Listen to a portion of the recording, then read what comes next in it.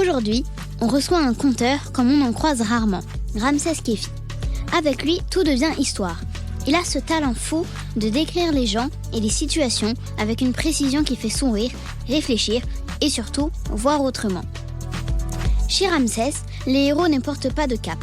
Ce sont des visages qu'on croise tous les jours, mais auxquels il rend toute leur complexité et leur éclat. Journaliste au style affûté, il s'est lancé dans la fiction avec Le Retour du roi Djibril, un roman écrit à 9, avant de signer son premier livre en solo, 4 jours sans ma mère, paru le 21 août. Son écriture est faussement simple, mais chaque mot compte. Il sait transformer une situation banale en une aventure palpitante et un détail du quotidien en moment inoubliable. Bref, Ramsès est un de ces conteurs qu'on est fier de croiser. Avec lui, on écoute, on voyage, on rit et on en redemande. Bienvenue chez toi, Ramsès Khéfi. Merci beaucoup. Merci pour cette intro magnifique. Salut Ramsès, bienvenue. Salut, merci pour l'accueil, merci pour l'invitation. C'est trop bien. Nous, on est trop contents de te recevoir. Merci d'être là et d'échanger avec nous. Le plaisir est pour moi, franchement. Est-ce que tu peux nous expliquer quelle enfance as-tu eue et dans quel contexte as-tu vécu ? Alors, une enfance très normale dans les Yvelines, dans une ville qui s'appelle Carrière-sous-Poissy, dans un quartier ouvrier, populaire, où j'ai passé beaucoup de temps à rigoler, à jouer au foot, à écouter les histoires des plus grands. Et donc, enfance normale et enfance heureuse et enfance très rigolote. Voilà. Avec des parents ouvriers. Mon père, à la base, est menuisier et il est devenu cariste ensuite. Ma mère, au pays, était employée de banque. Et quand elle est venue en France, elle a fait plein de boulot. Et puis, aujourd'hui, elle s'occupe d'une cantine dans un lycée. Tranquille. Voilà. Donc, enfance rigolote, c'est le mot. Quel genre de livre lisais-tu quand tu étais petit ? Alors, un peu de tout. Parce que ma mère est venue avec pas mal de livres à elle. Ma mère, en fait, elle était bilingue. Elle est toujours bilingue, en vrai. Mais elle arrivait du pays avec la connaissance de l'arabe et la connaissance du français. Donc, elle est venue avec ses livres en arabe et ses livres en français. Donc, il y avait tout un tas de livres dont j'ai oublié les titres. Mais elle avait déjà son petit coin où elle avait ses livres et tout. Et quand nous, quand elle a eu ses enfants, moi, je suis l'aîné, elle s'est dit que les livres pouvaient nous permettre d'être casaniers, un peu casaniers et d'aimer la maison. Parce que quand on était petit, elle avait un peu peur de ce que pouvait être le quartier. Alors, on n'est pas dans un quartier coupe-gorge ou quoi. Mais on sait que ma mère, elle était très méfiante, surtout quand on était très petit. Et elle voulait qu'on ait, un motif de rester à la maison. Et 2, de la culture. De la culture générale. Ma mère, elle nous a poussés pour avoir des diplômes, mais pas que. Elle nous disait, quand tu as de la culture, c'est super. Donc ensuite, j'ai eu une carte de bibliothèque, parce qu'on avait la bibliothèque municipale, donc ma mère m'envoyait là-bas, et j'étais beaucoup dans les BD, moi. J'ai aussi un cousin qui me ramenait des BD. Je sais pas où il les récupérait, pour être honnête. Donc j'étais beaucoup dans les BD, et je lisais un peu tout. Hein. Parfois, mon père, il rentrait du boulot, il ramenait des bouquins, il prenait des choses comme ça, à la volée. Donc j'ai lu un peu de tout, en fait. Hein. Je pouvais lire un peu de tout. En vrai, j'avais pas un genre. J'aimais bien les romans policiers, en fait. Les livres policiers, un peu, pour être honnête. Bon, j'étais pas un gamin précoce. Hein. Je lisais pas des romans policiers à 4 ans et demi. Mais quand on arrive un peu au collège, à peu près, j'aimais bien tout ce qui était romans policiers, intrigues policières et tout. J'aimais bien ça. Et j'aimais bien les BD. Voilà. Tout ce qui est Lucky Luke, les aventures de Chick Bill, même des Tintins, c'était pas mal. Léonard, Génie à toute heure, tout ça. Je sais pas si c'est les bons titres, mais tout ça, c'était des livres que j'aimais bien lire. Ça te parle ? livre ? Tu connais toutes ces BD ? Je connais Tintin, je connais Lucky Luke, mais les autres, non. Tintin pour le professeur Tournesol. Ah oui. Et le docteur Bergamote. C'est le docteur Bergamote, c'est qui, lui ? C'est le grand barbu. C'est un barbu et il est devenu fou un jour dans un C'est épisode. Capitaine Haddock. Non, il y a docteur Bergamote. Ah oui ? Ben ouais. Connais pas. Voilà. Tu iras faire tes recherches. Voilà. Quel défaut avait le petit Ramsès ? Plein. J'étais un petit timide, moi, déjà, au départ. Parce que j'étais... Moi, je suis rentré à l'école avec un an d'avance. Pas parce que j'étais intelligent, Mais parce que je suis né en début d'année, moi. Donc ma mère est partie se renseigner à l'école et leur a demandé si je pouvais rentrer à 2 ans et demi à l'école. Donc en fait, ça m'a mis avec une année d'avance, en gros. Et donc j'étais souvent avec des grands qui avaient parfois aussi, quand je suis allé à l'école primaire, collège et tout, j'étais toujours avec des plus grands qui étaient nés. Moi, je suis né en 85, mais j'étais avec des 84, 83, 82 parfois. Donc au départ, j'étais un peu timide et réservé. J'avais plein de trucs dans la tête que je voulais dire, mais j'osais pas trop les dire. Je me suis lâché au collège après. Mais j'ai un défaut qui me suit encore, c'est la nonchalance. Je suis nonchalant. Je suis quelqu'un... en fait, au boulot, quand je me concentre sur un truc, je suis très perfectionniste.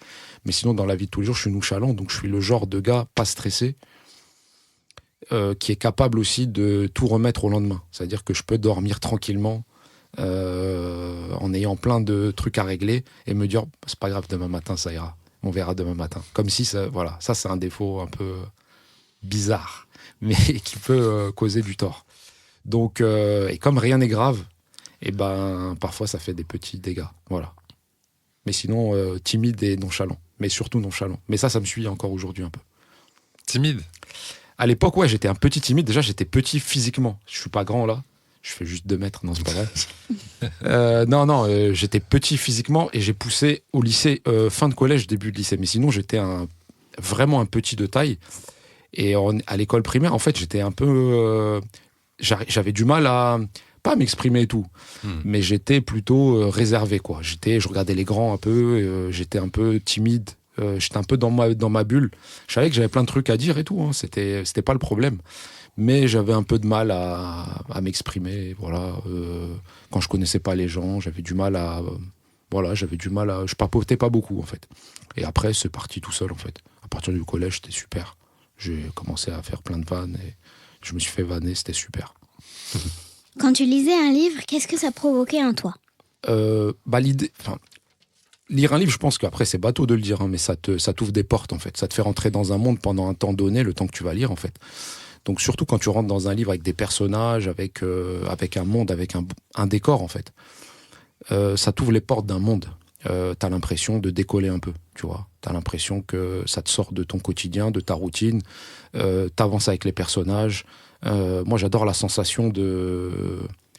En fait, j'étais un meilleur lecteur avant. Quand j'étais petit, je lisais beaucoup plus qu'aujourd'hui. Mais j'aime bien cette sensation de me dire que je continuerai le livre demain et d'avoir ce suspense en disant, d'une manière ou d'une autre, je suis obligé d'arrêter de lire un chapitre et j'y reviens demain. Et j'aime bien cette sensation de suspense. Donc, je dirais que c'est l'ouverture vers un autre monde. Ça te fait décoller. T'as aussi l'impression de pouvoir imaginer des choses. Ça titille ton imagination. T'as la sensation de quitter provisoirement ton monde en disant que il en existe plein d'autres, quoi. Tu vois, c'est un peu un voyage. C'est une fusée mais mentale, quoi. Tu vois, t'as pris la fusée dans ta tête, quoi. C'est un peu ça. Surtout quand le livre est super, que ça te parle, que t'as l'impression que tu pourrais presque être soit un des personnages, soit un des figurants. Il y a pas mieux, quoi. Et pour les gens comme moi qui ont du mal à se concentrer, on va dire, ça me permet de me poser, en fait. De me concentrer sur quelque chose, c'est super. Qui ou quoi t'a transmis le goût des mots ? Plein de gens. D'abord ma mère, comme je l'ai dit, hein, parce qu'elle était beaucoup là-dedans. Je me rappelle elle insistait pour que ses enfants forment bien les lettres. Parce qu'elle disait que quand t'écris bien, t'inspires le respect un peu. La personne qui va te lire va dire « Ok, forme bien ces lettres, cette personne doit être intéressante. » Donc ma mère adorait ça. Et ma mère écrit bien, une très belle écriture, que ce soit en arabe ou en français. Ensuite, il y a mon père, qui était plus dans la culture de l'oral, lui, et qui était un conteur dans son genre. Moi, je fais partie des gens qui adorent écouter les histoires. Et mon père pouvait raconter, comme plein de gens, la même histoire plein de fois. Sauf qu'il y avait toujours une surprise. L'histoire avait toujours un petit changement, il y avait un truc, il y avait toujours un détail en plus. Donc mon père m'a donné très vite et très tôt l'amour des histoires et d'écouter, surtout d'écouter. Et ensuite, moi j'ai des potes, j'ai grandi dans un endroit où il y avait des gens très très très drôles, qui avaient énormément de vocabulaire à l'oral, des façons de raconter des histoires. C'était des romanciers un peu, sauf qu'ils le faisaient à l'oral. Et ça m'a donné l'envie en tout cas de toujours écouter les histoires jusqu'au bout, Ça, c'est important, parce qu'on avait des gens, en tout cas dans mon entourage, des gens où il faut être très, très attentif à la chute. Ils sont très bons à la fin des histoires. Et voilà, donc ça fait déjà pas mal de monde. Déjà, c'est la base. Ouais, et comme tout le monde, je suis obligé de dire que j'avais une prof de français en 5e extraordinaire, qui faisait des concours de lecture. Madame Montfort de mémoire. Je cite une grosse dédicace pour Madame Montfort. Et elle faisait des concours de lecture où elle nous transmettait des livres hyper bien, souvent policiers, des enquêtes policières, Sherlock Holmes, Hercule Poirot, tout ça. Et franchement, c'était des concours, il n'y avait pas une concurrence particulière, il n'y avait pas le 1 million d'euros à gagner, bon, c'était les francs à l'époque. Mais pareil, ça nous mettait dans des univers, ça nous changeait aussi des programmes scolaires, et ça nous donnait l'impression qu'il y avait autre chose que la routine, quoi. Donc c'était franchement super. Quel est ton premier souvenir marquant de lecture? Guerre et paix. Non, je rigole, c'est pas vrai. Je commence à te la raconter. Non, mon premier vrai souvenir, c'est les BD. Je vais citer un BD parce que voilà, c'est Chick Bill, moi. C'est vraiment ce shérif bracassé dans le Far West. C'est un shérif adjoint qui fait plein de bêtises. Le shérif est nul et il est toujours sauvé par Chick Bill et son compagnon indien. Et c'est des aventures un peu dans le Far West. Et moi, j'aime beaucoup les gens un peu gauches, un peu maladroits. Les maladresses, parce qu'il y a toujours une tendresse encore plus forte chez les maladroits. C'est pour ça que je suis un peu fan de Pierre Richard et tout. Mais c'est pas de ta génération. Mais il y a des bons films, je conseille. Mais j'aime les maladroits, les bras cassés. Je trouve que c'est des belles histoires. Et comme livre, il y en a eu plein en fait. C'est d'abord, les premiers souvenirs de titres marquants, c'est ceux qu'on te donne à lire à l'école. Il y a les romans policiers, tout ce qui est Agatha Christie et tout qu'on nous donnait. Je ne sais plus si c'est dans les concours de lecture ou si c'était dans le programme scolaire. Je pense pas que c'était dans le programme scolaire. Mais j'ai beaucoup aimé Le Chien des Baskerville. C'est une histoire très particulière que je te laisse découvrir. Je pense que ça vous plairait en fait. Peut-être que vous connaissez. De nom, mais j'ai jamais lu. C'est très court. Et en fait, on s'en parle après. Et okay. Franchement, je pense que ça peut vous parler, parce que vous êtes des grands connaisseurs et des fins connaisseurs. On aime lire, juste. Des fins gourmets. As-tu toujours voulu écrire ou c'est venu plus tard? Non, c'est venu plus tard, c'était pas une vocation. Moi, à la base, je voulais être conducteur de train. Ça, c'était mon premier rêve. J'adorais les trains qui arrivaient à la gare, mais les trains qui font plein d'arrêts, pas les TGV et tout. Ah ouais. Les trains qui font plein d'arrêts. TER. Ouais, le TER, le train de banlieue, quoi. Vraiment le train qui va faire le Paris-Mantes, quoi. Le Paris-Mantes. Je voulais être... t'es sur le quai et tu vois le conducteur ou la conductrice dans sa cabine et je disais, j'ai envie d'en être. Mais j'ai pas été conducteur de train. La vocation de l'écriture, c'est venu un peu par hasard. Moi, j'aimais bien écrire. J'étais à l'aise un peu à l'écrit, pour être honnête, parce qu'il y a des choses précises où je me rendais compte que j'étais plus précis en les écrivant qu'en les disant. Quand c'est surtout très sérieux. Ça veut dire que quand c'est très très sérieux, je me rends compte que ma pensée bizarre, avec mon cerveau bizarre, est plus ordonnée quand j'écris. Voilà. Mais c'est venu lorsque j'ai envoyé mon premier article, où j'avais pas d'arrière-pensée en fait. Je me disais pas, je vais écrire un texte, je vais devenir journaliste. En fait, en 2011, j'écris un article pendant la révolution en Tunisie, en 2011, pour deux médias, rue 89 et Le Bondi Blog, qui prenaient des articles de gens, des textes de gens qui n'étaient pas journalistes en fait. Et moi, je l'étais pas. À l'époque, je travaillais au McDo, moi, j'étais manager chez McDo. Et j'arrive, je rentre, je me fais mon petit épisode de New York Unité spéciale, et je me dis, j'ai bien envie d'écrire un truc, parce que je lisais à droite à gauche sur la Tunisie, où j'ai de la famille. J'y allais souvent à l'époque, plus souvent qu'aujourd'hui. Et je me dis, j'écrirais bien un texte sur le café, où je voyais des jeunes perdre leur temps, raconter les histoires, les conteurs du pays, qui étaient très doués pour le rire, les galères où tu vas chercher un peu d'argent, parce que c'était... moi, je suis issu je suis originaire d'une région en Tunisie où malheureusement le chômage est quand même très présent. Donc en fait, c'est l'endroit où tu arrives aussi à te fabriquer un monde. Les cafés, c'est des endroits où tu te fabriques un monde, où tu as des discussions passionnantes, parfois moins passionnantes, parfois tu répètes la même chose que la veille. Donc j'écris un texte sur le café, sans me dire que ça allait être publié en fait. J'ai fait presque par plaisir, et parce que je pense que je l'avais dans la tête, et ça m'a pas pris beaucoup de temps en fait. Je l'envoie, et le lendemain, le Bondi Blog, il m'appelle, il me dit « Ouais, on va le publier. » Bon, ok, super. Est-ce que tu veux venir à la conférence de rédaction le soir même, je travaillais pas, j'ai dit ok. Et Rue 89 m'appelle le surlendemain en me disant nous aussi on va le prendre et on va le publier. Donc ça a commencé comme ça. Mais je me suis rien dit. Et je me suis pas dit super, je vais écrire encore plein de textes. C'est quand Rue 89 m'appelle quelques semaines plus tard, Blandine Grosjean, je cite les noms, parce qu'il y a toujours quelqu'un qui vous donne votre chance. Elle me dit est-ce que tu voudrais faire un stage? Il nous manque des stagiaires, on voudrait ouvrir à des gens qui n'ont pas fait d'école. J'y vais. Et ça commence comme ça en fait. Je prends du plaisir à écrire, à travailler dans une rédaction, à raconter des histoires, à les écouter. Ça dure un mois. Et je me dis, ce serait chouette, j'aimerais bien faire ça en fait. Écrire et tout, c'est cool. Déjà, c'est mieux que le McDo, physiquement. Il y a du café, il y a des bureaux, il y a de la moquette sur les sols. Donc je me suis dit, allons-y. Et donc, plein de gens à Rue 89, mais aussi au Bondy Blog, m'ont donné de la force, m'ont donné beaucoup confiance en moi. Et donc, je me suis dit, c'est super. Donc, j'ai continué, j'ai persisté, je me suis accroché. J'écoutais les conseils. Et là, au bout du 2e stage et de mon premier CDD, je me suis dit, ça peut être mon métier d'écrire. Voilà.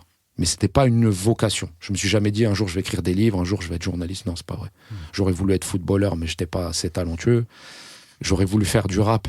À un moment, j'écrivais, je sais pas pourquoi, j'écrivais des textes et tout, mais j'étais vraiment nul, j'ai pas d'oreille musicale. Et voilà. Mais pas l'écriture comme ça, non, jamais. Et pendant ces stages, tu as été formé au métier de journaliste ou tu venais juste contribuer sur certains sujets? Non, franchement, c'était incroyable. C'est-à-dire que c'était une rédaction hyper accueillante, honnêtement. Je suis arrivé, moi, je me suis dit, ça va durer un mois. Je suis arrivé en mode plaisir. C'est-à-dire, ça va durer un mois, prends du plaisir, fais autre chose. Et j'avais une petite idée derrière la tête, c'était de me dire que mon CV, j'allais le garnir de quelque chose d'autre. Parce que mon CV était hyper bizarre. J'ai fait la fac, et en même temps, j'ai fait que des petits boulots, et le McDo pendant 5 ou 6 ans. Donc en fait, quand je cherchais du boulot après, pendant ma période McDo, où je voulais un boulot peut-être un peu plus stable, avec des horaires...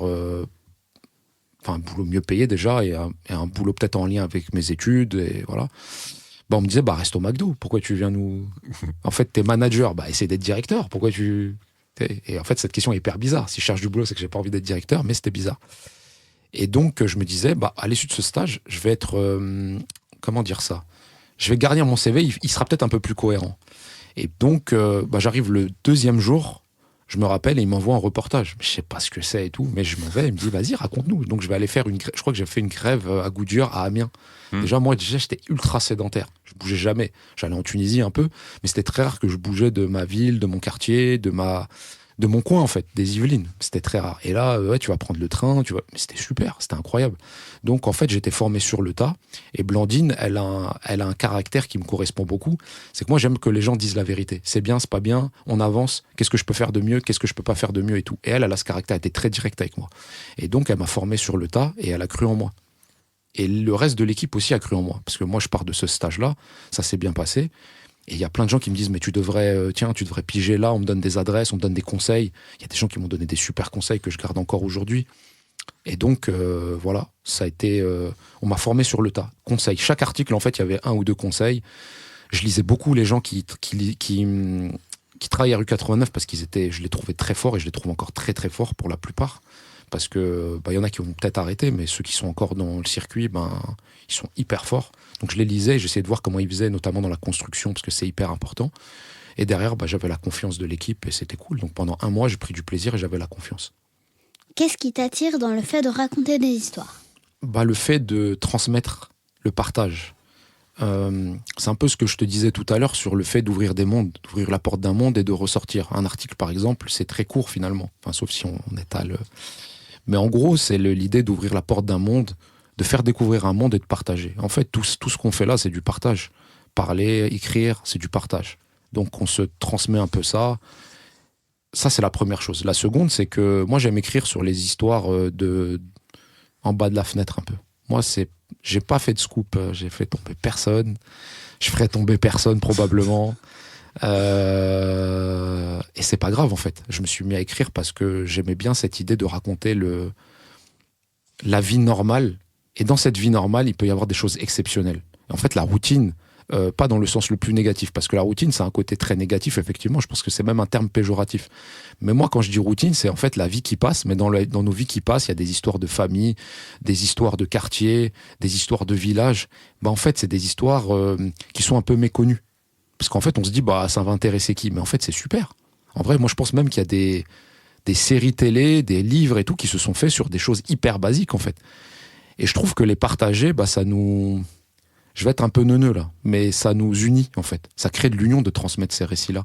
En fait, on se dit, un villageois va se dire, en fait, j'ai la même vie que le mec qui vit en HLM. Le mec du HLM, il va dire, mais en fait, si j'avais vécu en centre-ville, j'aurais vécu la même chose. Et en fait, je pense que l'écriture et les textes qu'on écrit, les fictions qui sont parfois tirées du réel, le réel et tout, les articles qui sont du bas de la fenêtre, en fait, j'ai l'impression que ça nous... Je ne vais pas dire que ça nous unit, mais ça nous rassemble. Voilà, c'est le mot que je cherchais. Parce que là, je suis déstabilisé par les chocobons. Donc parfois, je cherche les mots. Mais ça nous rassemble, en fait, pour de vrai. Et j'ai l'impression que... Moi, j'ai parfois écrit des articles sur des gens qui vivaient en quartier, par exemple. Et tu reçois des messages de gens qui disent, mais en fait, j'ai vécu au fin fond de ce village-là et on a vécu la même chose. Et je trouve ça top, en fait. Et voilà. C'est ça que je trouve le plus intéressant.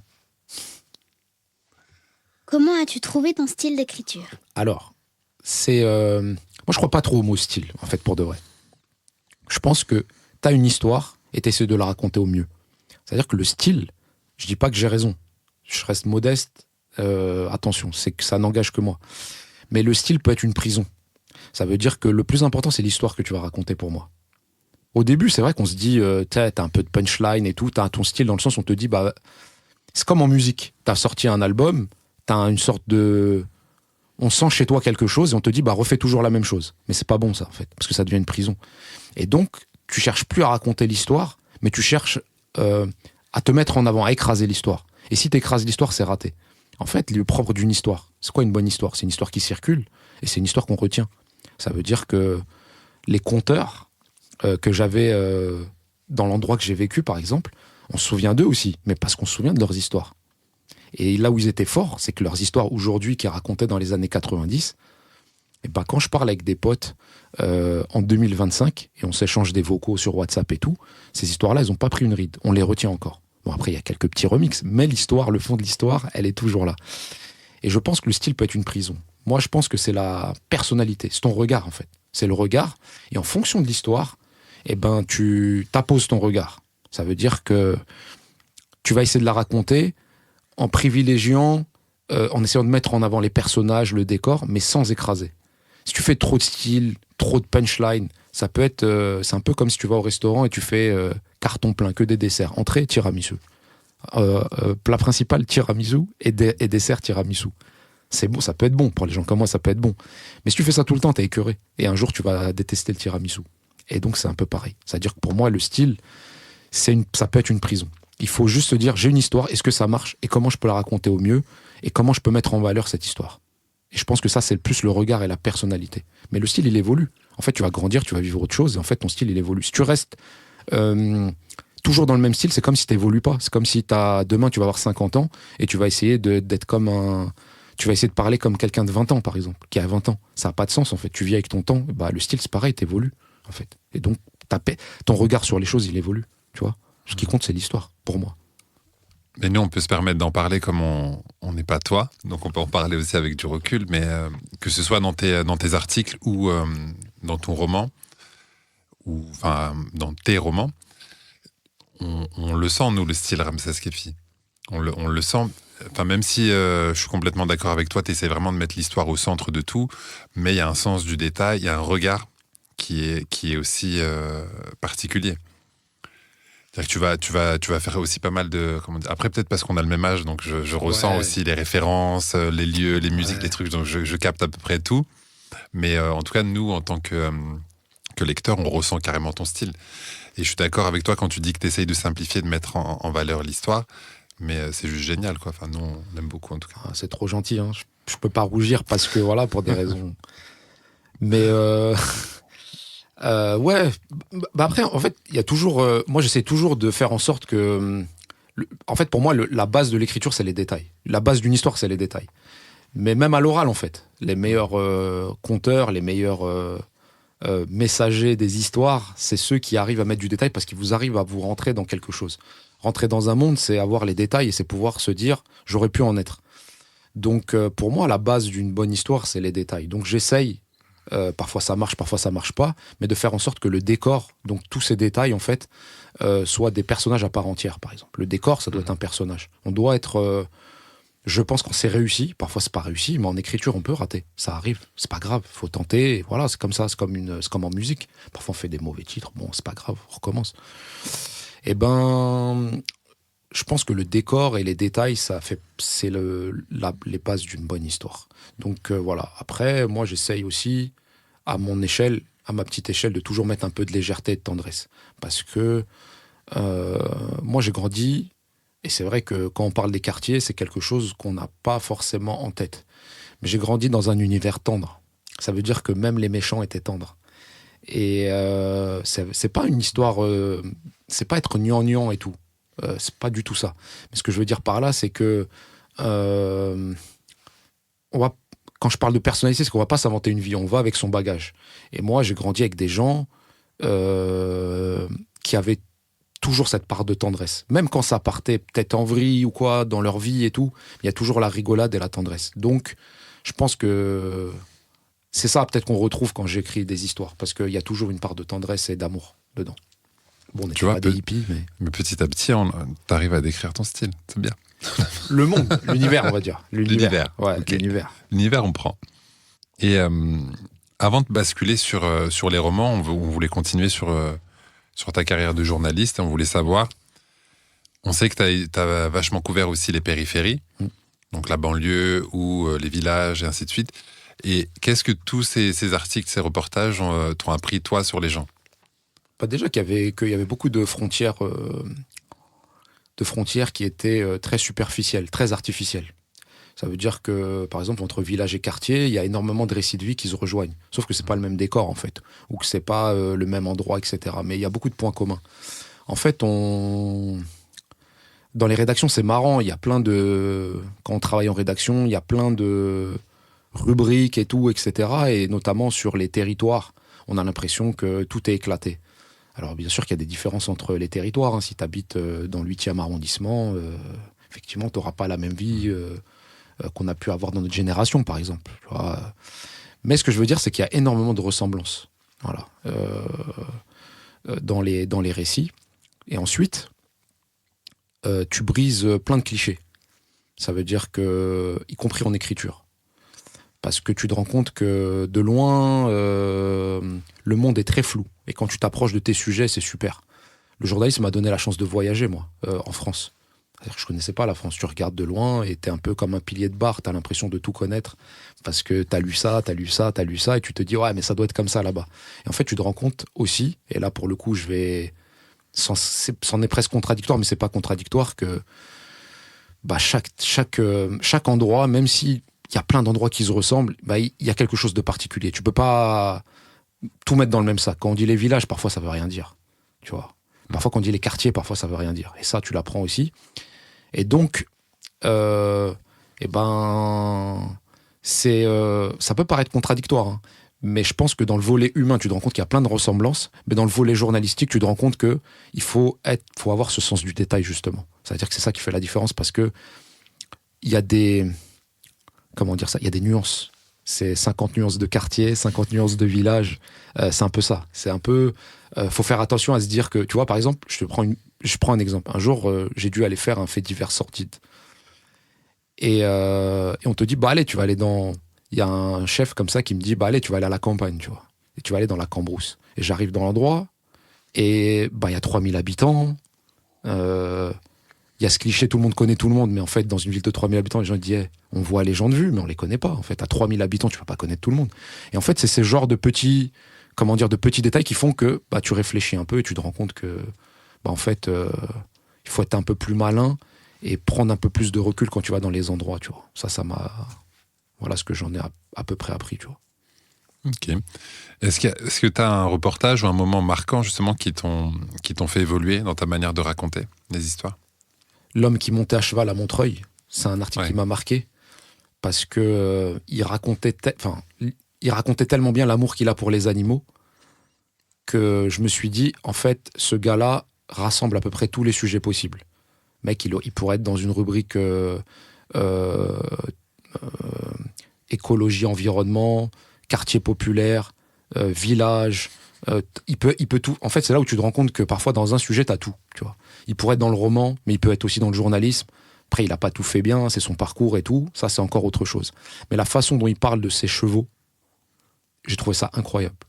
Et quand il dit pourquoi des gens des quartiers populaires n'auraient pas le droit d'aimer les animaux. Et après, ce qu'il dit après, je trouve ça formidable. Je trouve ça incroyable. Donc ça m'a marqué. En fait, c'est pas tant les articles que j'ai faits après, c'est pas forcément le plus important. C'est plus les rencontres. Et en se disant, en fait, là, en gros, tu te rends compte que tu as un sujet journalistique qui est incroyable et il va falloir faire attention, c'est de la porcelaine. Après, tu t'en rends compte souvent après. Et après, ensuite, des faits divers. Moi, j'ai fait l'affaire Grégory, mais l'affaire Grégory, ça date de 84. Et puis, tu as eu plein de remous et tout. Donc, je suis allé en Vologne. Et pareil, quand on parle ça m'a formé, ça. Parce que tu arrives dans un endroit qui est marqué par un fait divers et tu commences à aborder les gens comme s'ils te devaient quelque chose. Tu sais, comme si, en fait, ils étaient des figurants d'un film. Et tu sais, tu as le droit de leur parler comme ça. Et tu te rends compte de la violence incroyable. Tu vois, ça, c'est la première chose. Tu te rends compte aussi que parfois, dans les faits divers, nous, on est là, on se dit, mais là-bas, ils doivent être... Tu as l'impression que le fait divers, un fait divers de 84, c'est encore l'alpha et l'oméga là-bas. Alors oui, pour les journalistes. Mais je me rappelle avoir parlé avec des collégiens ou des lycéens, je me rappelle plus. Et je leur dis, oui, l'affaire Grégory et tout. Et tu sais, je fais ça comme si c'était normal, comme s'ils apprenaient ça à l'école, tu vois.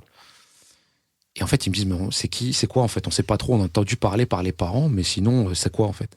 Et là, tu dis, ah ouais, en vrai, il faut être... Et ça t'apprend aussi à aborder les gens, parce qu'avec beaucoup plus de respect. Nous, on a toujours été respectueux, c'est-à-dire que j'ai jamais forcé quelqu'un à parler et tout, mais tu te rends compte que parfois, tu peux blesser les gens et tu peux les agresser sans faire exprès. Ça m'est arrivé aussi dans un fait divers où c'était un étudiant qui avait disparu, il n'a pas été retrouvé et tout, et il y avait une personne qui m'a expliqué exactement, comment dire, ce qui fait la complexité des faits divers. Et il me disait, tu sais, une virgule en plus ou en moins, tu peux pas détruire la vie des gens, parce que le fait divers, il est là, tu l'as pas inventé, et que tu sois là, en soi, c'est pas très grave, mais il faut être sûr de ce que tu écris. Attention au conditionnel quand tu commences à faire des grandes théories, attention à la façon dont tu poses les questions, une virgule mal placée fait un détail qui n'existe pas et tu peux blesser des parents qui sont déjà dans le deuil et tout. Et ça, on se rend pas compte aussi. Parfois, on y va en fonce, on voit l'effervescence journalistique. Donc ça m'a aussi... ça m'a mis une claque un peu. C'est tous ces faits divers où tu parles avec des gens, mais tu parles pas du sujet, tu parles des à côté. Je sais pas si ça répond à la question. Mais... Si, complètement. Non, complètement. C'est des moments marquants, ou un reportage, ou plusieurs apparemment, qui t'ont fait changer ta façon de raconter des histoires, ou d'aborder les personnes, c'est très bien aussi. Moi, on passe dans la partie suivante, où justement, comment tu passes du journalisme au roman, à la fiction. À quel moment t'as eu cette envie ? En fait, je suis rentré déjà dans le journalisme par une histoire, qui était déjà pas un article. Donc, j'ai toujours eu cet espace où on me laissait raconter des histoires. Quand j'arrive à rue 89, par exemple, on me laisse faire des chroniques où je raconte plein de choses qui n'ont rien à voir avec le journalisme. Je raconte les salles de sport et tout, mais je raconte un peu... Comme j'ai pas de formation journalistique, j'ai pas fait d'école, je me dis que certaines histoires racontées différemment permettent de raconter la société, en fait. Parfois, le journalisme ne suffit pas.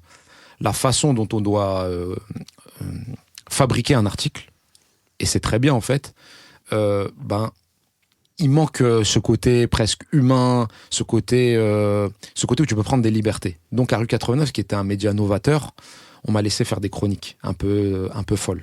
Le kebab à 16 €, on dit les Grecs, mais c'était la folie des premiers kebabs de luxe. Il y en avait un à Paris, et le mec il fait ça à 11 € sans les frites. À l'époque, aujourd'hui tu dis 16 €, ça passe, et encore. Mais avant, c'est comme si t'avais dit que le pack d'eau, il était à 20 €, quoi. Et donc, on m'a laissé raconter ça, mais un peu en mode rigolo, quoi, en mode léger. Donc, j'ai toujours eu ça. Et les histoires du quotidien, en fait, elles se prêtent à la fiction. Parce que parfois, t'as des personnages, déjà, ça pourrait être des personnages de fiction sans rien travestir. Combien de fois des journalistes vont sur le terrain et te disent, mais ça, c'est des personnages de roman. Ça, c'est une phrase qui revient tout le temps. Dans la banalité, en fait, la banalité qui est souvent méprisée, en disant mais ça va intéresser qui ? Et moi, de mon côté, je continue à écrire des petites histoires partout, des chroniques et tout. Et à Libé, quand je suis passé à Libé, après rue 89, pareil, on m'a laissé cet espace. Moi, j'utilisais la rubrique cuisine pour raconter des histoires un peu plus légères. Je racontais, par exemple, la crêpe à Paris, ce qu'elle représente pour les gens qui vivent un peu en petite et grande couronne. Et j'utilisais ça pour raconter, mais ça racontait quelque chose de sociétal. Mais c'est dur de le raconter en article. Tu vas pas être sérieux pour raconter la crêpe. Donc il faut d'autres modes de récit. Et donc moi, j'ai eu la chance, et c'est pour ça que je dis que voilà, j'ai eu la chance d'avoir des gens qui m'ont fait confiance là-dessus. Et qui m'ont dit, vas-y, fonce. Donc, mais j'ai toujours eu ce truc de raconter les histoires. Et en fait, quand tu racontes les histoires, parfois, c'est pas journalistique. Il y a des histoires où on te dit, ah ouais, mais c'est dur d'en faire un article à juste titre. Mais moi, je pense qu'on rate tout un pan de la société avec dans cette rubrique de ah ça va intéresser qui ou ah c'est pas vraiment du journalisme, bah on rate tout un pan de la société en fait. À cause du format. À cause du format et à cause aussi du présupposé qui va probablement s'effriter un jour, mais qui est ça intéresse qui. Et en fait, je pense que cette question est mal posée. C'est possible, hein, parfois ça n'intéresse personne, mais je suis pas certain que certaines histoires du quotidien intéressent moins, par exemple, que les combines d'un parti politique pour savoir qui va être maire d'arrondissement, par exemple. Moi, je pense qu'on est plus intéressé de savoir qu'un gars est persuadé d'avoir, je sais pas moi, percé le secret des pharaons dans sa chambre et qu'il a découvert un univers parallèle. Je pense que c'est des histoires qui peuvent plus parler aux gens. C'est un avis personnel, hein. Que la dernière combine du parti X ou Y pour gagner un siège à l'Assemblée, quoi. Voilà. Moi, je trouve qu'on s'ennuie un peu en lisant. Là, c'est le lecteur qui parle, et je suis pas. Et que, en fait, il faut donner plus sa chance aux histoires. Et c'est pas grave s'il y en a qui passent à côté, en fait. Il faut partir du principe que parfois c'est pas bien, que parfois ça n'intéresse personne, mais parfois, ça, au contraire, les gens disent mais c'est quoi ce truc? C'est bien qu'ils se posent encore cette question. Qui ça va intéresser plutôt que est-ce que ça va faire le buzz ou quelle est la tendance du moment? Ouais, bien sûr. C'est vrai. Non, mais c'est une bonne question. Après, je pense qu'elle est mal posée. C'est-à-dire qu'il ne faut pas non plus se dire qu'on va comprendre les goûts des gens et tout. C'est compliqué. Ouais. C'est compliqué de cibler, de dire, mais en fait, les gens ne veulent pas ça. C'est hyper dur, en fait. C'est-à-dire que tu peux faire tous les sondages et tout, ça ne reste qu'un sondage. Puis surtout, il y a une donnée importante. C'est que beaucoup de médias, et j'en parle pas avec je me mets pas au-dessus de la mêlée, attention, hein, moi je suis dedans, et s'il y a des critiques, je me mets dedans aussi, hein, je suis dedans aussi, attention. Mais aujourd'hui, beaucoup de médias sont en crise, donc dire que les lecteurs veulent pas ça, c'est aussi bizarre, c'est très contradictoire de se dire que les lecteurs veulent pas ça alors que tu peines à faire des abonnements, par exemple, parce qu'aujourd'hui tout est abonnement. Ouais. Et voilà, donc il faut aussi donner sa chance à ces histoires-là. Et c'est marrant parce qu'à chaque élection, notamment élection présidentielle, on a souvent la même phrase. On a besoin d'histoires, de récits, il faut aller à la rencontre des Français, il faut prendre le pouls de la France. Pourquoi on ne le fait pas tout le temps? C'est vrai, pourquoi on ne le fait pas tout le temps? Et donc, ça, c'est pas une invention c'est pas une invention de ma part, mais beaucoup de gens, par exemple, en lisant le journal, disent mais c'est un monde parallèle qu'on nous raconte là. Nous, voilà ce qu'on vit. Je dis pas que moi, j'ai pas raconté le monde parallèle aussi. Bien sûr que parfois, j'étais dans moi aussi, hein. Et parfois, même avec mes histoires de quartier, de village et tout, je suis dans un monde parallèle. Mais parfois, collé à des gens normaux, c'est-à-dire qui vivent des vies normales, c'est beaucoup plus extraordinaire, je ne sais pas si on peut le dire comme ça, que des histoires un peu, voilà quoi, les cuisines politiques. Il n'y a pas que la politique, hein, parfois des trucs qui sont vus, revus, etc. Quoi. Voilà. Il y a juste les noms qui changent, et encore. Exactement. Et les dates. Ouais, les dates, parce qu'à 80 piges, c'est toujours les mêmes qui font les mêmes choses. Exactement. Super. Et on va passer au premier roman collectif en plus. Comment est née l'aventure du roman collectif Le Retour du roi Djibril? Alors, il faut rendre à Rachid ce qui est à Rachid. J'ai un grand copain qui est un frère qui s'appelle Rachid Laïrech, avec qui j'ai bossé à Libération pendant des années. Et on s'aime beaucoup, et surtout on travaille très bien ensemble, on est complémentaires, on aime trop travailler ensemble, et ça va très vite en fait. Quand on bosse ensemble, on a les mêmes idées, on se complète, lui il a ses qualités, moi j'ai mes qualités, et en fait on les assemble, on a nos défauts, mais lui il arrive à canaliser les miens, donc c'est super. Et donc on s'est toujours dit qu'on voulait faire un projet ensemble, et c'est un peu ce que je vous disais tout à l'heure, c'est qu'il y a plein de sujets. On s'est dit, ça passera pas médiatiquement parlant et tout. Et un jour, il faudra qu'on fasse... t'as des histoires de quartier, notamment, qui sont universelles. qui peuvent parler à tout le monde, mais qui sont durs à mettre en article ou que les médias ne prendront pas ou que notre média ne prendra pas. Et donc, on s'est toujours dit, un jour, il faut qu'on fasse un truc ensemble et tout, une aventure et tout. Bref. Un été, Rachid, il écrit un article sur les gamins et les gamines qui passent leurs vacances, qui habitent en quartier et qui vont en vacances dans un autre quartier. Voilà. Ce qu'on appelle les vacances interquartiers, quoi. Que beaucoup de gens connaissent. Voilà. Et il écrit l'article qui est super. Et on lui dit, mais tu veux pas, il y a plein de gens qui le contactent. C'est super, tu veux pas en faire un bouquin, un truc, une série, machin. Et il me dit, on se parle et tout. Je lui dis, super, fonce et tout. Il me dit, on va en faire un livre. Donc c'est Rachid qui a déjà ce truc-là. Mais comment ? Et là, Rachid et moi, on se parle beaucoup tous les jours, en fait. Ça fait des années qu'on se parle tous les jours. Il n'y a pas un jour où on se parle pas. On se voit souvent. Et on a un truc en été, c'est que quand on est un peu loin, on s'envoie beaucoup de vocaux. On parle de tout, l'OM, la vie. Et là, un été, je crois que c'était l'été, je dirais presque l'été dernier, en fait. J'ai plus encore les dates, mais on se dit, comment on fait le roi Djibril ? Et on passe 3 semaines à s'envoyer des vocaux. On ferait comme ça, ouais, tel personnage, comment tu fais, etc. Lui, il me dit, ouais, on va faire ça tout un été. Non, moi, je lui dis, non, mais je pense que ça, on va faire juste une nuit et tout. Et lui, moi, j'ai des idées un peu farfelues. Il me dit, non, mais t'es fou. Lui, il a des idées farfelues, ouais, t'es fou. Et à un moment, on arrive à une base. Et on se dit, voilà. Est-ce qu'on le fait à 2 ? Rachid, il me dit non. Il me dit, on va élargir. Pourquoi ? Parce qu'on veut des Lyonnais, des Marseillais, des Normands. On veut d'autres univers. Voilà. Le conteur, en fait, parce que le roi Djibril, c'est un conteur. Et c'est quelqu'un qui est capable de casser plein de portes, et notamment des portes géographiques. C'est-à-dire qu'il est capable de t'emmener partout. Sauf que nous, on connaît la banlieue parisienne, moi les Yvelines, lui la Seine-Saint-Denis, et qu'on se dit, on va pas faire un énième truc, un peu, voilà. Et lui me dit, on fait le livre collectif, et lui avait l'expérience du livre collectif, parce qu'il avait dirigé un livre collectif sur les retraites, voilà, auquel j'avais participé, qui était super. Et donc, on le construit comme ça. Ok, on fait comment ? Et là, on se dit, on fait une liste, une sorte de casting. On se dit, les gens qu'on aime bien, même qu'on connaît pas, mais qu'on aime bien. C'était un peu, le Panama All Star, un peu pour ceux qui sont dans la rap. Ouais, de Ocean Eleven. Voilà, ouais, Ocean, Eleven, exactement. Et vous débrouillez pour qu'il y ait Brad Pitt, qui est George Clooney. Ouais, exactement. Bon, là, il n'y avait pas vraiment de Brad Pitt, peut-être Brad Pitbull, peut-être, mais... et on se fait une liste de gens qu'on aime bien, et ça va très vite, parce qu'en fait, Mayram, on appelle Mayram Guissé, que vous avez reçu là, la génial, famille. Qu'on salue.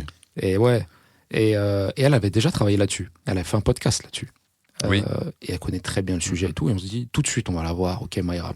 Puis après, en fait, on a tous nos lectures, même des gens qu'on n'avait pas forcément lus mais qu'on voulait lire, ou qu'on aime leur univers et tout. Donc il y avait Adrien Belz de Marseille, Salomé Kiner, son roman c'est une tuerie, Mathieu Palin c'est un tueur, Adrien Belz, je l'ai cité, mais son roman 5 dans tes yeux c'est une tuerie. Et voilà, on était là-dedans, on se fait un casting et tout. Faiza Gen, c'est ce qu'on disait un peu avant, elle a ouvert les portes, et c'est le talent, c'est le zizou, c'est la zizou. Voilà, c'est la bosse. Voilà, elle a mis les 2 coups de tête en finale, quoi. Ouais, nous c'est notre numéro 10. Voilà, exactement. On l'a reçu et on la salue aussi. Exactement. Et donc, et puis Faiza Zerwala, qu'on aimait bien, elle avait un super truc dans le Bondi Blog à l'époque, qui m'avait marqué, moi. Je pense que c'était le roman, il y avait roman dans le truc, et ses récits sont extraordinaires. Il en manque un. Et il manque Saïd Delarbre. Mais Saïd, je l'ai rencontré à Lyon. Saïd, c'est un conteur. Et Saïd, quand on a pensé ça, il y avait Mayram Guissé d'abord. Je dis non, ça c'est un coup pour Saïd. Parce que Saïd, il écrivait dans son coin et tout. Et il est très fort à l'oral pour raconter les histoires, et à l'écrit, il est très très fort. Et il est de Lyon. Et lui, c'est un gars, tu le poses, et il va te raconter plein d'histoires. Donc voilà, on constitue cette équipe, et on se dit, on va prendre du plaisir. Il n'y a pas d'objectif, si ce n'est celui de prendre du plaisir et de faire un bon livre. On va pas se moquer des gens, c'est pas une colo, mais on va prendre du plaisir. Et donc, ça commence comme ça. Et on se dit, il faut un personnage. Le personnage, c'est un mec je raconte vite fait l'histoire, et voilà. C'est Djibril, qui est CPE, et qui vient d'un quartier qui s'appelle Les Mésanges. Et il a toujours été un conteur dans son quartier. C'était le tchatcheur, le gamin que t'aimes bien. Il y a toujours un mec comme ça dans le quartier, qui est une sorte de coqueluche, et lui, c'était la coqueluche. Et donc, il avait un cousin qui vivait à la Tortue, à 3/4 d'heure de chez lui. Et il a passé tous ses étés d'ado là-bas. Donc, il s'est fait une bande de copains. Et là-bas aussi, il n'y avait pas de compteur. Eux, ils n'avaient pas de compteur. Et lui, il est devenu leur compteur d'été. Et donc, il fait sa vie, devient CPE, il oublie la Tortue, les vacances de cité à cité. Sauf qu'un jour, lui qui rêve jamais, il fait un rêve et il rêve de la Tortue, c'est ce quartier où il passait ses vacances et tout. Et il se dit, il a rien à faire, c'était un été pour lui qui était pourri, il avait peu d'argent, il partait pas en vacances, il venait de se séparer et tout. Il se dit, tiens, je vais retourner à la Tortue, il a un coup de nostalgie. Il retourne à la Tortue et il revoit ses potes. Et donc, ils lui disent, dès que ses potes reviennent, il lui dit, mais t'es toujours un conteur en fait. Et on va faire comme avant, on va passer une nuit dans un hall et tu vas nous raconter des histoires. Et Djibril raconte des histoires. Et chaque auteur qu'on a ramené raconte une partie de l'histoire. C'est un roman en fait, ça se lit comme un roman. Moi, j'étais le narrateur. Je suis le narrateur de l'histoire. Et après, chaque auteur a raconté une partie de l'histoire. Voilà, un conte, mais c'est un roman en fait. Voilà. Super roman. On va faire un peu de pub quand même parce qu'on reçoit quelqu'un qu'on aime beaucoup. Il y a beaucoup de gens qu'on adore dedans. Et le roman est juste génial. Donc on invite vraiment tout le monde à lire. Merci les amis. De rien. C'est beaucoup. Hein. De rien, c'est beaucoup. De beaucoup. Non, vous avez fait un super job, vraiment. On Merci. le recommande partout autour de nous. Merci, On a même, c'est super gentil. On a même quoi? Non, dans une recommandation, on l'a mis. Vous êtes adorables. On vous aime. Oh, merci. On va rougir du cœur aussi. Qu'est-ce qui a inspiré le livre? Lequel, Djibril ou celui qui est sorti? Non, le roi Djibril. Le roi Djibril? On est encore dans cette partie. C'est l'article de Rachid, en fait. L'été, il racontait tous ces gamins qui faisaient ses vacances, tu vois, d'un quartier à un autre. Parfois, tu passes un pont, tu vois. Ton cousin ou ta cousine ou ta tante ou ton oncle, ils habitent au quartier d'à côté. Tu vas au quartier d'à côté passer 1 ou 2, 3 semaines de vacances et tu vas découvrir un autre délire, quoi, tu vois. Parfois, le quartier d'en face, il a un tout autre délire, ce qu'on disait un peu. En fait, c'est des troncs communs, il y a plein de choses en commun entre les quartiers, mais parfois, chaque quartier, il a une particularité particulière, un argot particulier, un truc génial, un truc moins génial, voilà. Travailler à 9 mains, c'est plus un casse-tête ou un plaisir? Là, ça a été un plaisir parce que on a appelé les gens une fois qu'on a fait le casting. On leur a dit, on leur racontait le projet qui paraissait bizarre au début. Tu dis aux gens, on va faire un truc à 9 et tout. Les gens, tu te dis bon. Sauf que tu te rends compte que les gens ont envie de raconter des histoires. C'est ça le truc. Tu me dis plaisir, raconter des histoires. Les gens nous ont dit, ok, super. J'ai plein d'histoires. Et on a dit, nous, on avait le cadre, on savait ce qu'on voulait. Et on disait aux gens, proposez-nous plein d'histoires et on vous dit laquelle vous pourriez raconter. Et une histoire sur laquelle vous pouvez prendre du plaisir aussi. Nous, on voulait que les auteurs, les gens qui participent à ce projet, ils kiffent. C'était le maître mot. Et après, nous, on s'est dit, on va s'arranger pour faire un truc où on va essayer de faire le max. Voilà. Pour que ça soit un livre qui se tient, qui se lit comme un roman, avec un format un peu particulier, mais qui se lit comme un roman. Et donc, les gens ont tout de suite adhéré. Ils avaient tous des super histoires. Donc, on leur a dit, écrivez le texte, vous nous l'envoyez, nous, on travaille dessus un peu, vous inquiétez pas, on s'en occupe. Tout le monde nous a fait confiance, ce qui est bizarre. Mais ça veut dire que peut-être que, voilà. Et puis, on a fait de l'assemblage avec Rachid. Moi, j'étais le narrateur, donc il fallait un peu faire le lien entre les textes, tu vois, pour faire un roman et tout. Faut qu'il y ait une trame, un fil directeur, quoi, tu vois, comme quand tu fais de la couture, quoi. Donc tu couds les textes les uns avec les autres. On l'a fait. Moi, je suis le narrateur, mais avec Rachid, on a travaillé, on a tout fait ensemble. Voilà, on a tout fait ensemble. Donc il y a les relectures et tout. Et puis on a choisi l'ordre des textes, etc., etc. Et puis un jour, quelques semaines après avoir reçu tous les textes, on a donné à la maison d'édition qui nous a été l'iconoclaste, qui a été hyper classe et qui nous a dit franchement nous on vous suit à fond. Déjà ils nous avaient suivis à fond, puis après ils ont aimé et là on a envoyé aux auteurs, on dit voilà ce qu'on a fait avec les textes et les gens se disaient il y en a pas tous mais ils disaient on s'attendait pas à ça et tout mais dans le bon sens ils ont découvert les textes des autres exactement à la fin. Exactement. En fait on voulait que les gens se mettent pas de pression, écris ton truc, fais-toi plaisir. Et nous, on avait confiance dans les gens parce qu'on les aime déjà et on aime leur travail. Et on s'est dit, mais en fait, il n'y aura pas de problème. Et nous, on savait. Avec Rachid, nous, on savait. Voilà. Mais on ne voulait pas que les gens se posent trop de questions. Et en fait, ils ont reçu le truc, ils ont découvert les textes des autres. Et puis, voilà, ça s'est fait comme ça. Ça va? Ouais, ça va. Et puis, donc, on est repassé pour les petits détails et tout. Et puis, c'est sorti. Voilà. Mais c'était pas dur du tout. Franchement, c'était un plaisir total. Et on a bien rigolé avec Rachid. En plus, quand tu aimes bien quelqu'un et que tu travailles encore plus longtemps avec lui, c'est cool. en fait. Parce que tu passes un temps avec ton frangin, quoi. C'est ton frère, tu vois. Donc, c'est cool. Génial. Merci, Ramsès. Merci à vous. L'année 2025 est hyper riche. Donc, le retour du roi Djibril qui sort début avril. Et là, on a fin août ton roman solo, ton premier roman solo qui sort.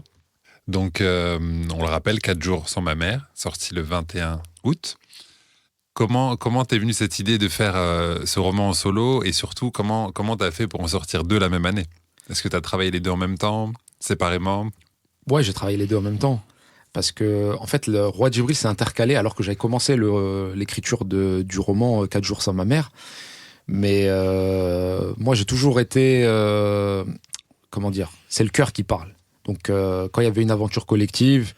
et j'allais bosser avec Rachid, je savais que ça allait être du plaisir, et le roi Djibril m'a donné de la force pour le roman aussi. En fait, c'était un cercle vertueux. En gros, tu prends du plaisir sur tout et ça te donne de la force. C'est un peu fatigant, mais tu prends du plaisir, t'apprends. En plus, c'est une formation en accéléré parce que t'apprends plein de trucs, et surtout quand tu bosses avec les autres, tu vois plein de choses et tu te rends compte que t'as toujours plein de choses à apprendre. Ça, c'est important. Après, l'histoire du roman, elle est venue déjà par l'amour des mamans, parce que dans nos quartiers, les mamans tiennent une place exceptionnelle. Enfin, je trouve. Je ne vais pas faire d'amalgame entre les quartiers, mais les mamans tiennent quand même une place exceptionnelle. On en fait à juste titre. Hein. Il y a beaucoup de récits sur les papas ouvriers, du Romal et tout. Il y a beaucoup de récits sur les mamans aussi. Mais moi, j'ai toujours voulu écrire sur la thématique de la maman. Et il y a une histoire qui s'était passée pas très loin de chez moi, où un gars, du jour au lendemain, sa maman a filé. C'est moins drôle que c'est moins léger que dans le bouquin, peut-être. Parce que je crois qu'il l'a jamais retrouvé. En tout cas, j'espère qu'il l'a retrouvé. Mais en tout cas, à cette époque-là, il s'était passé énormément de temps sans qu'ils aient de nouvelles, en fait, en gros. Et moi, c'était toujours resté dans ma tête. Je me disais, mais comment tu fais quand ta maman est partie, comme ça, du jour au lendemain et tout? Je pense que ça a aussi inspiré un truc, ça m'est resté dans la tête. Mais ça, c'est un truc qui m'a toujours suivi. C'est une histoire qui m'a marqué pour de vrai. Et puis après, t'écris plein d'histoires, t'essayes plein de choses. Moi, au cours de l'année, juste avant le Covid, moi, je commençais à écrire des choses et tout, à droite, à gauche et tout. Et je me suis rendu compte que cette thématique de la maman, elle était venue dans 1 ou 2 histoires que j'écrivais, mais que dans mon coin. J'avais pas d'aspiration particulière et tout. Je me disais, moi, j'aime bien écrire aussi par plaisir et tout. Et puis, au fil du temps, t'as un début, tu commences à tisser un truc, un petit peu, après tu lâches complètement. Et puis, j'avais un gros début qui racontait un peu ce truc-là de famille normale où un beau jour, la routine est brisée et un père de famille et un fils qui est un peu, qui était dans sa routine, qui était dans sa bulle, qui était couvé en fait, dans son quartier et tout. Ils se rendent compte que il faut devenir adulte là. Et voilà. Donc après l'histoire, elle est venue au fil de l'eau en fait. J'avais ce gros début.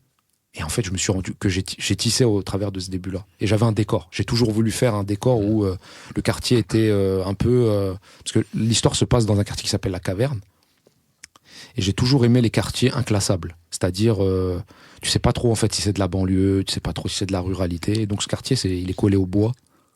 Ça s'appelle La Caverne des Oiseaux à la base, mais tout le monde appelle ça La Caverne.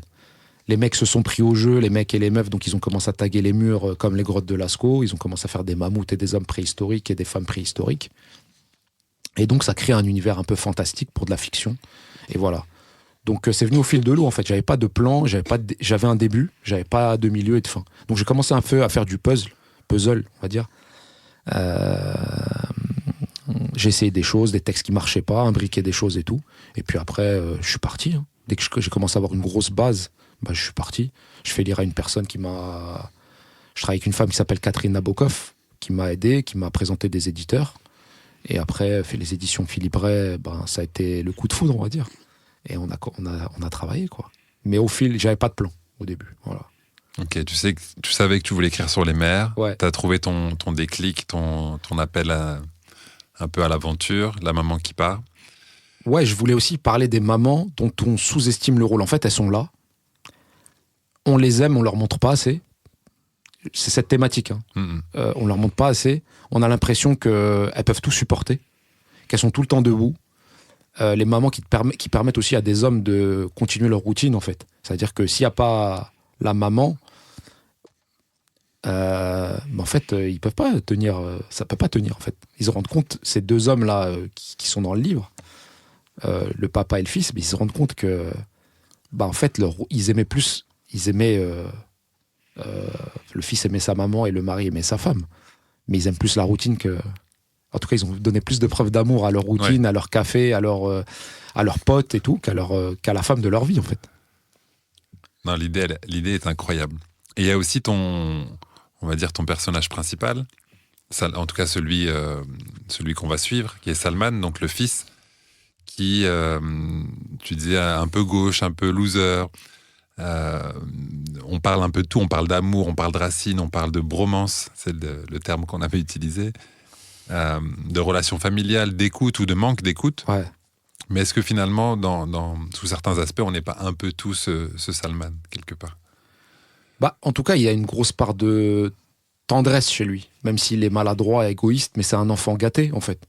C'est-à-dire que c'est un enfant... En fait, dans les quartiers, on ne se rend pas compte à quel point, parfois, il y a des enfants gâtés aussi. Dans le sens couvés par les parents, et couvés avec plein d'amour, de tendresse et tout. Donc Salman, il a 36 ans, 37 ans. Il est encore chez ses parents, ça va pour lui, sa chambre d'enfant, papier peint, schtroumpf, tranquille, ça bouge pas. Et lui, il a pas comme il est encore resté enfant, et qu'il n'a pas eu de problème dans sa vie au final. Parce qu'en gros, c'est un mec qui a pas forcément d'ambition particulière, il aime pas forcément l'argent, il a pas forcément envie de fonder une famille. Sa vie un peu routinière qui se passe un peu la nuit aussi, il taffe un peu, il prend un peu d'argent, il rigole avec ses potes. Ils refont un peu le monde et ils rentrent chez lui, ça lui suffit. Mais ouais, on est un peu... Enfin, c'est pas qu'on est un peu Salman, mais on se rend compte qu'on aurait pu être des Salman si on avait des gens pour nous protéger, pour nous laisser dans notre bulle d'enfant. Sauf que, voilà, parfois il y a des choses qui font que tu deviens adulte, parfois plus tôt, parfois un peu plus tard. Mais lui, c'est le truc poussé à son paroxysme. C'est vraiment... il sait pas ce que c'est avoir un problème. Puisqu'en fait, ses parents réglaient tout pour lui. Et il s'en rendait pas compte. Pour lui, c'était la vie, quoi. Donc, il se rendait pas compte que ses parents, ils avaient des cheveux blancs. Il les voyait toujours avec des yeux d'enfant. Et cette maladresse-là, je sais pas si on l'a tous en nous. Pas forcément cette maladresse, mais il y a forcément un des thèmes abordés à travers Salman qui va nous toucher. Le manque d'écoute, les racines. Ouais. Ou il y a un truc qu'il faut qu'on dise aussi à l'antenne, parce qu'on en a parlé en off, mais c'est... il remet en question aussi le rapport qu'on a avec la réussite. Ouais. En fait, moi, je trouve ça important. C'est-à-dire que c'est aussi quelque chose d'existentiel. Évidemment que quand tu viens d'un milieu ouvrier, l'école est souvent très importante. Et je pense que on fait partie d'une génération où l'école, on te dit, si tu réussis à l'école, c'est bon pour toi. Il y aura pas de problème. Mais sauf que Salman, je voulais qu'il ait aussi c'est en filigrane, mais qu'il y ait une réflexion sur la vocation. C'est en fait, qu'est-ce que tu veux faire ?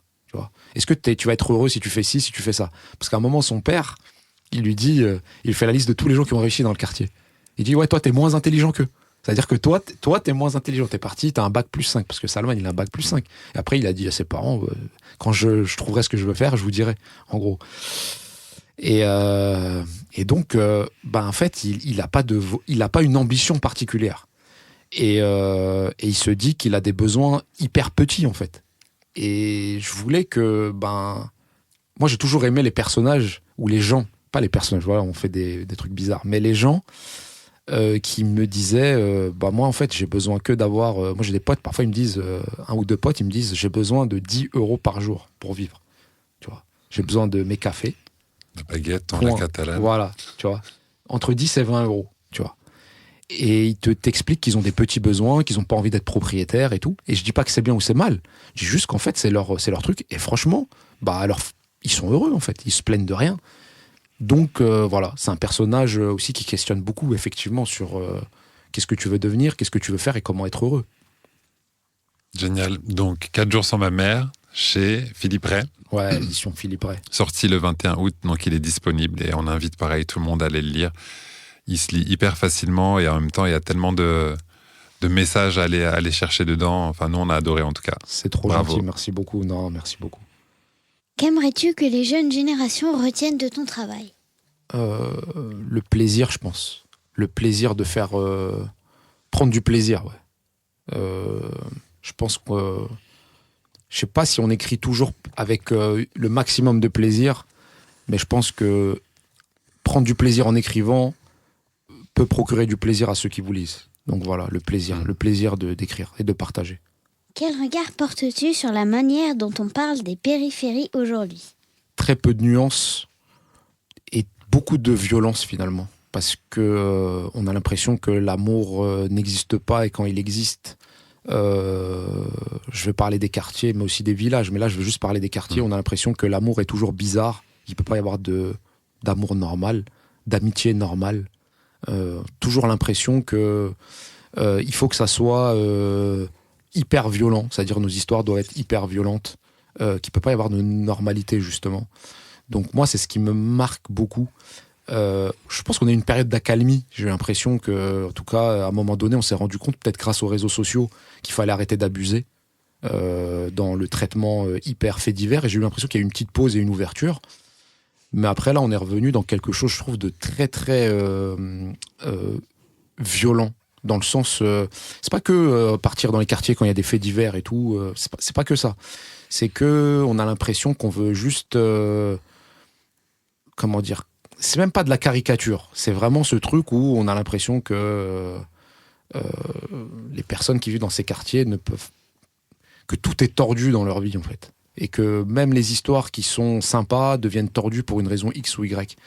Et donc, je trouve ça décevant. Et je pense que c'est aussi pour ça, par exemple, qu'on a fait Le Roi Djibril. C'est qu'on s'est dit que la littérature pouvait nous offrir un espace où on remettait de la normalité. Voilà. C'est-à-dire qu'on n'est pas été dans un combat idéologique. En fait, non, juste on raconte des modes de vie et tout, et on respecte tous nos sujets. On n'a pas travaillé que sur les quartiers, on n'a pas travaillé que sur ces thématiques, on les respecte toujours. Mais là, j'ai l'impression quand même qu'il y a une vision déformée à outrance. C'est-à-dire qu'à un moment, tu te dis, mais il n'y a pas quelqu'un de normal. Parfois, tu regardes des trucs, tu te dis, mais voilà. Donc, c'est ça. Et dans beaucoup de grands médias, j'ai pas l'impression qu'il y ait des gens qui travaillent toute l'année sur des quartiers, sur les périphéries, sur les villages. J'ai l'impression, sauf exception, hein, mais c'est toujours des thématiques un peu que tu mets sur le côté, que tu vas visiter un peu pendant la présidentielle. Les villages, ah ouais, les agriculteurs se pendent, ils sont pas contents, ils ont plus d'oseille, voilà. Et dans les quartiers, bah, l'insécurité, le deal et tout. Donc, et je trouve qu'on perd, comment dire ça ? On perd une multitude de sujets et d'occasions de bien faire en occultant toute cette réalité, entre guillemets, normale. Est-ce qu'il y a des histoires que tu rêves encore de raconter ? Ah oui, plein. Plein. Déjà, il y a plein d'histoires d'animaux que j'aimerais raconter. Je suis un grand passionné des ours et des léopards, faut savoir, et des loups. Mais j'aimerais bien raconter des histoires avec plein d'animaux dedans. Ça, oui. Je sais pas si ça se passerait dans des quartiers, dans des villages, dans des centres-villes, j'en sais rien, mais j'aimerais bien raconter un jour une histoire avec des animaux.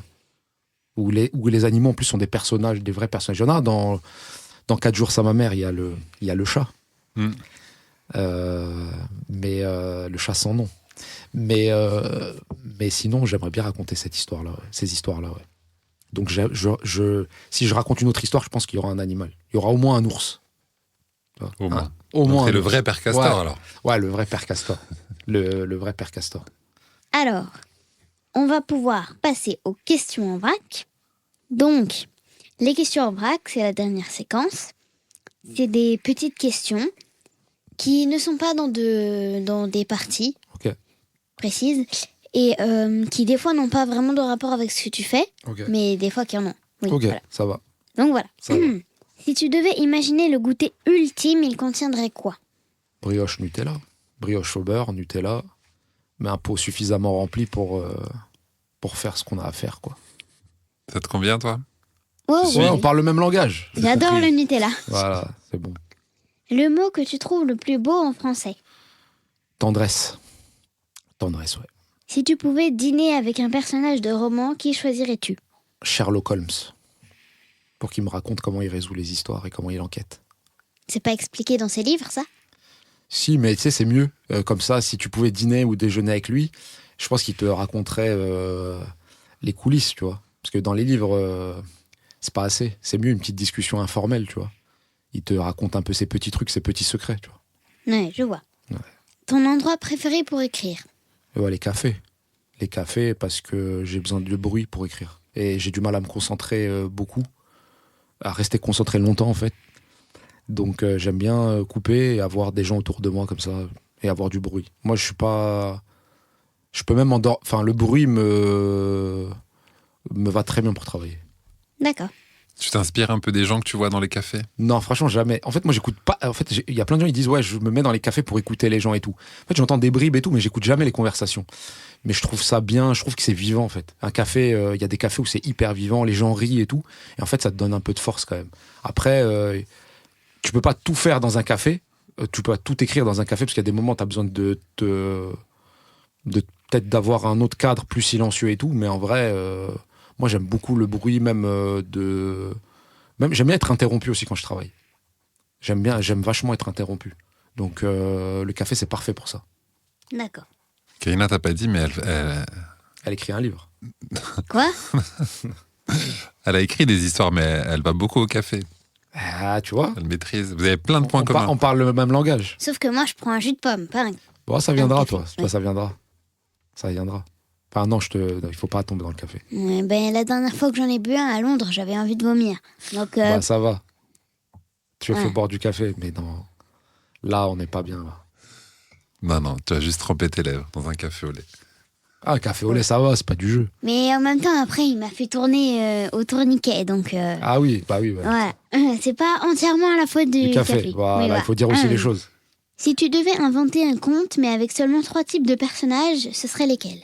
Un vieil homme, un oiseau et une boulangerie. Ah non, je peux pas. Un boulanger. Ou une boulangère. On va faire ça comme ça, ouais. D'accord. Si tu n'étais pas journaliste, écrivain, tu ferais quoi? Ouais, c'est une bonne question. Hein. En fait, moi, je suis pas fait pour ne pas travailler parce que je peux vite être nonchalant et me laisser entraîner dans quelque chose où je fais pas grand-chose. Donc, qu'est-ce que j'aurais fait? Je sais pas, hein, j'ai passé beaucoup de temps dans la restauration rapide. Est-ce que j'aurais fait carrière dedans? Je pense pas. Je me suis toujours dit, en fait, comme je suis optimiste dans la vie, je me suis toujours dit que je trouverais un truc à faire. Mais qu'est-ce que j'aurais fait? Franchement, je sais pas du tout. Peut-être je travaillerais dans un café, peut-être. Franchement, peut-être je travaillerais dans un café. Là, t'en entendrais des histoires. Ouais. Les gens se confieraient à moi et tout. En plus, je suis une bonne oreille, moi. Les gens, ils me parlent et tout. Bizarrement, les gens ont confiance. Les gens me parlent, tu vois. J'ai peut-être une tête ou un truc qui inspire confiance, même si ça se voit pas de prime abord. Mais voilà. Le café, pour toi, c'est un carburant ou un ingrédient magique pour inventer des histoires? Pas un ingrédient magique, un carburant, oui, parce que quand tu dors pas beaucoup, ça peut t'aider. J'aime bien le goût, j'aime bien le geste. Ça devient presque un réflexe, quoi. Encore, j'en bois moins qu'avant. Hein. Mais c'est cool d'avoir du café, c'est rassurant, je crois. Donc, pour moi, c'est bien, j'aime bien. Je me dis que je suis pas tout seul, quoi. Là, je me dis que non, c'est pas un ingrédient magique. En vrai, je me dis pas, je vais boire un café, tout va s'éclaircir. Mais ça m'aide à réfléchir. à réfléchir et surtout à me réveiller, quoi. Surtout. Parce que quand on dort pas beaucoup, parfois il y a des moments dans la journée où on pique du nez. Et le café, je vais pas dire qu'il te booste, c'est pas vrai, parce qu'à un moment, quand t'as trop l'habitude du café, ça te fait plus rien. Mais quand même, peut-être c'est psychologique. Voilà. Tu te dis, ouais, ça va me réveiller. Si tu devais écrire un chapitre entier sur un plat, ce serait lequel? Les pâtes.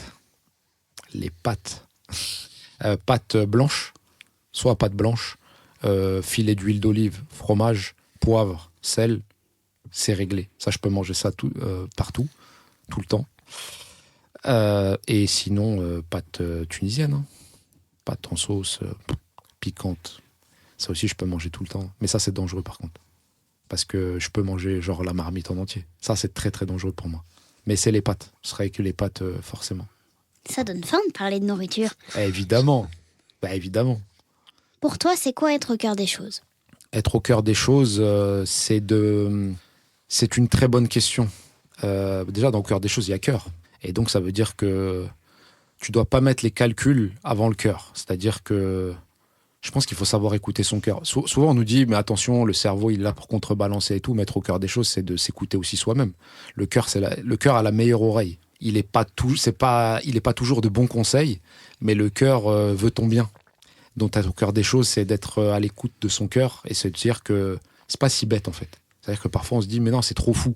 Mais il faut quand même écouter jusqu'à la fin ce que le cœur a à nous dire. Parce que quand on écoute trop le cerveau, eh ben, parfois, on passe à côté d'un rêve, à côté d'une rencontre, à côté de quelque chose d'extraordinaire. Alors, le cerveau, il contrebalance et tout, mais quand même, être au cœur des choses, c'est de se dire que, comment dire, on calcule pas. Tu vois, on calcule pas. Et on vit les choses. Parce que le cœur, quand tu écoutes beaucoup ton cœur, en fait, tu vis les choses pleinement. Tu te demandes pas pourquoi, comment. Tu vis les choses, tu prends les choses comme elles sont. Et voilà, tu vois, tu laisses le destin faire après. C'est ça, être au cœur des choses, je pense. D'accord. Est-ce que tu peux nous recommander un invité, s'il te plaît? Rachid Laïrech, mon frère d'une autre mère. Dans Rachid Laïrech, pour son parcours, pour tout ce qu'il a fait, ce serait, je pense que vous passeriez un moment extraordinaire. Tu l'as déjà rencontré en plus. Ben oui. Eh oui. Oui. Bah oui. T'as fait un suspense. Le temps de recoller les morceaux de mémoire. Alors, on arrive à la dernière question. Est-ce que tu peux nous recommander une musique de générique de fin? Le bonheur, Secret Connection. Ouais. Très bien, d'accord. Super. Tu valides Secret Connection? Oui, je valide. Merci, Kaina. De rien. Eh ben, en tout cas, on a passé un super moment. Ramsès, encore 1000 fois merci. Merci à vous. D'avoir accepté l'invitation et d'être venu plaisir, partager avec nous.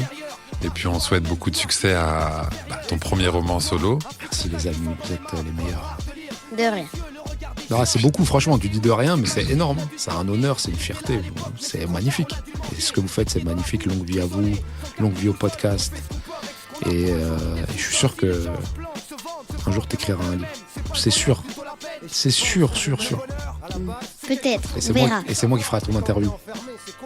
Mais on ramènera ton papa aussi. Oui. Parce que, quand même, il mérite. Moi, je reste dans les backstage. Non, mais on est obligé. Non, merci en tout cas, Ramsès. Vraiment, on a passé un super moment. Ah, moi aussi. Et ben voilà, on te souhaite une bonne continuation. On te souhaite beaucoup de bonheur, beaucoup de succès pour ton livre. Et puis, t'es chez toi ici maintenant. Tu reviens quand tu veux. Avec grand plaisir. Merci, force à vous. Merci beaucoup. Merci, Ramsès. Avec les gosses qu'on n'a pas, sous les pensées à la maîtresse qu'on n'a pas, puis divorcer de ce bonheur qu'on n'a pas, chercher l'ailleurs qu'on n'a pas, au fond du cœur s'apercevoir qu'on n'a pas la lueur qui adoucit tout ce qui nous irrite. Personne n'en hérite, suffit de savoir le voir, ça se mérite. Le bonheur.